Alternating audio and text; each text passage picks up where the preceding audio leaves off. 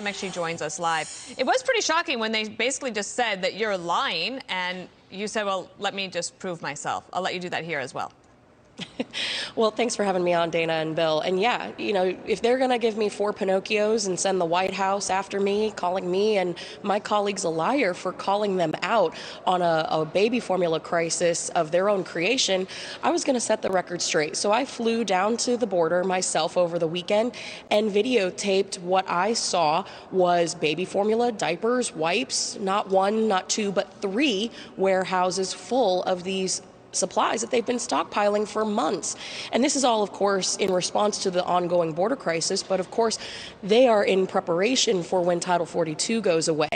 And, you know, we just heard that clip of Nancy Pelosi talking about possible indictments. Well, I hope she's going to go after Biden's FDA, so she's going to be going after members of her own party if she's looking for accountability in this. Well, some have responded to you, and Senator Mayorkas is one of them. I know you've heard this clip before, but for our audience, let's listen to that now. Call forward one.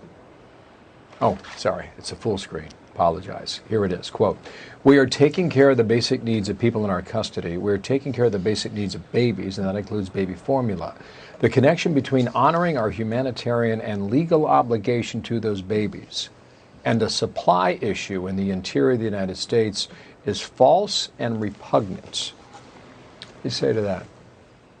You know, I have had the opportunity to question Secretary Mayorkas 4 times now, and each time he has something derogatory to say towards me, including being disrespectful, rude, and now saying that my exposing their crisis is repugnant. No one is saying that we aren't going to take care of children in U.S. custody. What we are saying is that these children are here because Biden has created this crisis and invited them here. And we have been very clear from the beginning that even if we were to redistribute all of the formula that has been stockpiled at the border, it wouldn't even scratch the surface with the magnitude of what we are facing in terms of a shortfall around America.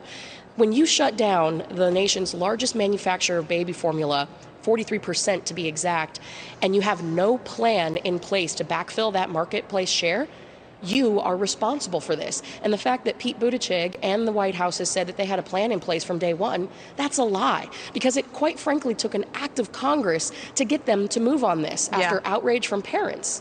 Actually, Congresswoman, listen to Secretary Buttigieg. This is what he said on CBS Face the Nation. The president said more action's coming, but this has been ongoing for months. Whistleblower in September, February, the recall. It's May. Why has it taken so long? The administration acted from day one after the recall, taking steps like creating more flexibility for the WIC program. There are more actions that are underway, including looking at imports.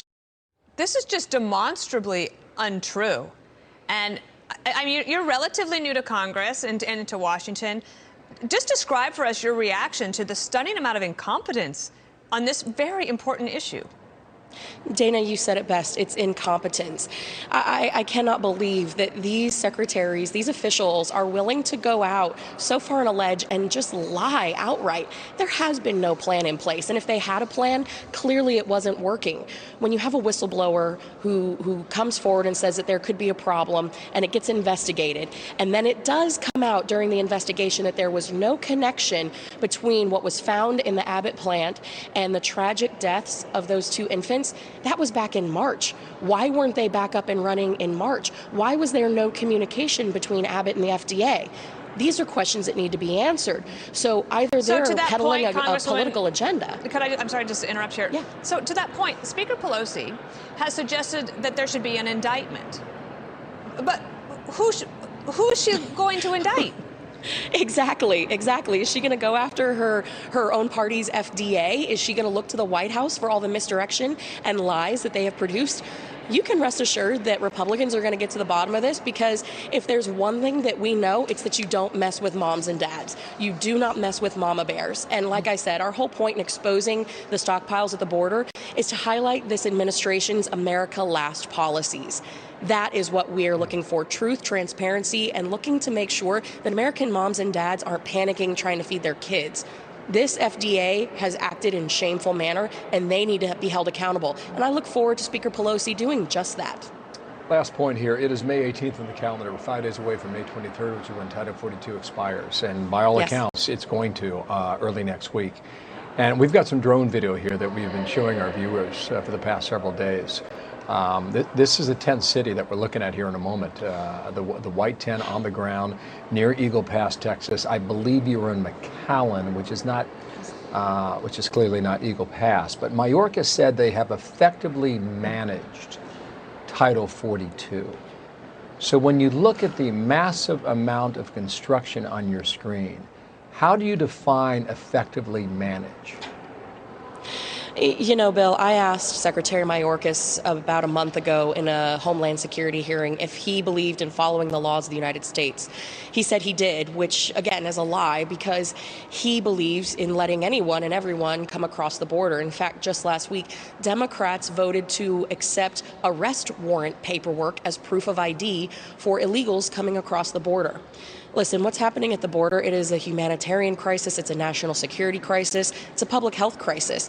And the Title 42 going away means we will see 18,000 a day coming across our border. That's an invasion. Keep in mind we lose operational control at 3,000 apprehensions a day. This is a crisis of epic proportions. And a lot of these folks, they are really just being used as pawns in this game that the administration is playing. And it's putting Americans here at home in danger. We have got to secure our border immediately. Cammack, Congresswoman from Florida, thank you so much as we get this Wednesday moving. Appreciate you. Thank you. Thank you both. So.